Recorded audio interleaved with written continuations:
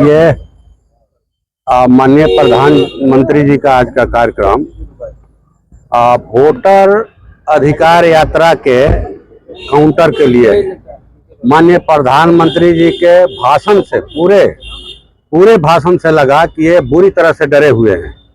India गठबंधन का जो 17 अगस्त से 1 सितंबर तक जो चला वोटर अधिकार यात्रा, उससे ये बुरी तरह से डरे हुए हैं। अगर डरे नहीं रहते तो झूठ का सहारा लेकर के पूरे देश की महिलाओं को ये गुमराह नहीं करते। माननीय प्रधानमंत्री जी को ये साफ तौर पर क्लियर करना चाहिए कि इंडिया गठबंधन के मंच से जो है वोटर अधिकार यात्रा में किसने गाली दिया, किसने दिया। हम लोग तो सोशल मीडिया पर देख रहे हैं कि जो शख्स पकड़ा गया है वो भारतीय जनता पार्टी का कार्यकर्ता है। हम लोगों ने देखा इसको सोशल मीडिया पर, भारतीय जनता पार्टी के नेता के साथ उसका फोटो आया। तो ये इस ढंग का झूठ परोसने में जब भी चुनाव आता है बिहार में, ये बिहार के लोगों को दिग्भ्रमित करते हैं। आपको याद होगा 2015 के विधानसभा चुनाव के पहले इसी रमना मैदान में माननीय प्रधानमंत्री जी ने पूरे बिहार की बोली लगाई थी। पूरे बिहार की बोली लगी थी कि कितना दे दे, 10,000 करोड़, 20,000 करोड़, चलो 1,25,000 करोड़ दिया। पैसा कितना दिया उसमें से हम लोग तो नहीं जानते हैं, लेकिन हमारे जिले का, हमारे शाहाबाद का ही नहीं बल्कि पूरे मध्य बिहार की जो सोन नहरें हैं आज बर्बादी की कगार पर हैं। पानी नहीं आ रहा। सब कुछ हमारा अर्थव्यवस्था उसी पर निर्भर है। हमारा भोजन, छाजन, यहाँ का खेती, यहाँ का दुकानदारी, यहाँ के बच्चों की पढ़ाई लिखाई, सब मरण जीवन सब खेती पर है और खेती की जान नहरें हैं। लेकिन नहरों के पक्कीकरण का कोई काम नहीं हुआ। और सोन नदी में हम लोग गए थे मांग करने के लिए, एक जलाशय बना दीजिए, बाढ़ में पानी बह जाता है। 18 दिसंबर 2024 को शीतकालीन सत्र चल रहा था। हम लोग को अपने कक्ष में समय लेकर के शाहबाद के चारों सांसद गए थे उनके पास। उन्होंने समय दे करके 45 मिनट बैठाने के बाद हम लोग से मुलाकात नहीं किया, कहलवा दिया कि नहीं मिलेंगे। लगा जैसे कोई गर्दन में हाथ डाल करके फेंक दिया है। और आज जब फिर चुनाव आया है, इस ढंग का ये झूठ परोसने में जो है सब लोग लगे हुए हैं। पूरा वक्तव्य देखिए।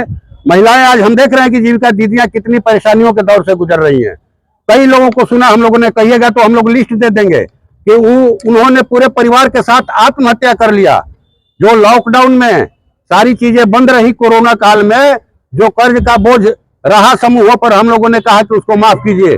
जब आप अडानी अंबानी का 16 लाख करोड़ का कर्ज माफ कर सकते हैं तो जीविका दीदियों का भी माफ कीजिए।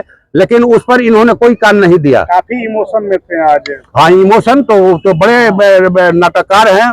मैं इस चीज को समझ सकता हूँ। मैं भी नाटक कर रहा हूँ। मैं भी युवा नीति नाट्य संस्था में शामिल था।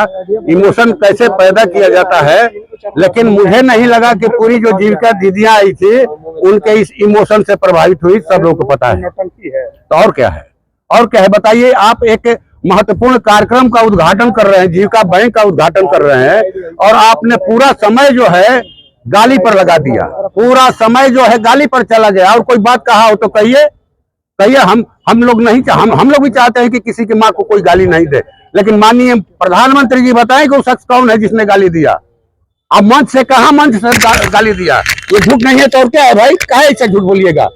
माननीय प्रधानमंत्री जी हमारे देश के कहिए कि प्रधानमंत्री हैं, वो कोई आम आदमी नहीं है कि जो आप चाहिएगा बोल दीजिएगा। हम लोग तो मांग करते हैं कि उस शख्स को सामने लाए। सरकार केंद्र में डबल इंजन की सरकार है, यहाँ ट्रिपल इंजन की सरकार है, सामने लावे वो शख्स कौन है और उसको कड़ी से कड़ी सजा दी जाए जिसने ऐसा गाली दिया। हम लोग इसके पक्षधर हैं, लेकिन वो शख्स है कौन। इंडिया गठबंधन ने गाली नहीं दिया। राहुल गांधी जी ऐसे शख्सियत नहीं। हम लोग तो देखा मंच पर थे, आरा में देखा कि एक पॉलिथीन गिरा हुआ था। जब वो उठे भाषण देने के लिए तो पॉलिथीन उठा करके उठा लिया उन्होंने और कोई व्यक्ति लिए उनके हाथ से। तो ऐसा शख्स जो सबका मान सम्मान करते हैं, सामान्य लोगों से हाथ मिलाते हैं, वो माननीय प्रधानमंत्री जी के माँ को गाली देंगे? नहीं देंगे, कोई नहीं देगा। न तेजस्वी जी देंगे, न दीपांकर जी देंगे, न मुकेश सहनी जी देंगे। ये झूठ है। झूठ का ये लोग खेती करते हैं। षड्यंत्र किया 65 लाख वोट काटने का। 22 लाख लोगों को मौत के मुंह में ढकेल दे के मर गए लोग। 35 लाख बाहर रहते हैं। विदेश में रहने वाले लोगों का नाम रहेगा यहाँ वोटर लिस्ट में, NRI का। और जो लोग अपनी रोजी रोटी की तलाश में गए हैं उनका नाम नहीं रहेगा। इस पर ये क्लियर करते, इस पर इनको आज भाषण देना चाहिए था, ये इनके लिए अच्छा होता। लेकिन फिर उसको छुपाने के लिए ये गाली का जो है पूरा समय बर्बाद किया। हम तो समझते हैं कि उन्हें देश का समय बर्बाद किया आज इतना ये करके, जिनका